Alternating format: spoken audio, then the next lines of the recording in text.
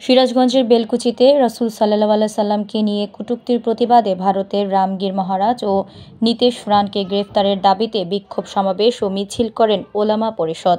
সিরাজগঞ্জ প্রতিনিধি রেজাউল করিম জানান, বৃহস্পতিবার দুপুরে উপজেলা আলহাজ সিদ্দিক উচ্চ বিদ্যালয় মাঠে বিক্ষোভ সমাবেশের আয়োজন করা হয়।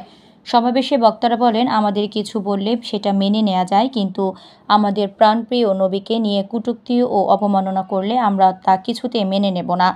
আমি বলতে চাই, আমার দেশের প্রধান সরকার যারা হবেন, যারা আছেন দায়িত্বে, সকলকে তারা যেন আমার নবীকে নিয়ে কটূক্তি করলে আইনি ব্যবস্থা নেয়।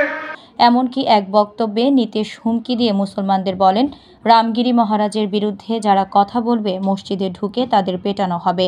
এমন নেক্কারজনক হুমকির তীব্র নিন্দা ও প্রতিবাদ জানিয়ে তাদের আইনের আওতায় এনে উপযুক্ত শাস্তির ফাঁসি দাবি করছে। বেলকুচি ওলামা পরিষদের সভাপতি শাহপুর মাদ্রাসার মুহতামিম মাওলানা মুহাম্মদ আলীর সভাপতিত্বে উপস্থিত ছিলেন উলামা পরিষদের সিনিয়র সহসভাপতি মাওলানা আব্দুস সামাদ, সহসভাপতি মুফতি আব্দুল আলিম, ওলামা পরিষদের সদস্য সচিব মাওলানা সানোয়ার হোসেন, সাধারণ সম্পাদক আলহাজ হাফেজ রফিকুল ইসলাম, শাহপুর মাদ্রাসার মুহাদ্দিস মুফতি আবু সাইদ নোমানী, উলামা পরিষদের সাংগঠনিক সম্পাদক মাওলানা আতিকুর রহমান, মুফতি আরিফ, মুফতি রফিকুল ইসলাম ও মাওলানা ফরিদউদ্দিন সহ উলামা পরিষদের অন্যান্যরা। পরে আলহাজ সিদ্দিক উচ্চ বিদ্যালয় মাঠ থেকে একটি বিক্ষোভ মিছিল বের হয়ে বাহেলা আমান জামে মসজিদের সামনে এসে সংক্ষিপ্ত মোনাজাতের মধ্য দিয়ে শেষ হয়।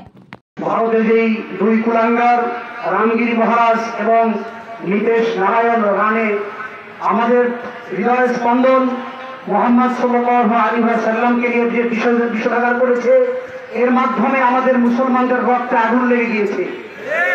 আমাদের এই রক্ত কখনই ঠান্ডা হবে যখন এই ভূপৃষ্ঠে এই সকল নরধমকে, এই সকল কীটকে মানসাব্বা নবিয়ান ফাকতুলুহু এর আওতায় আনা হবে।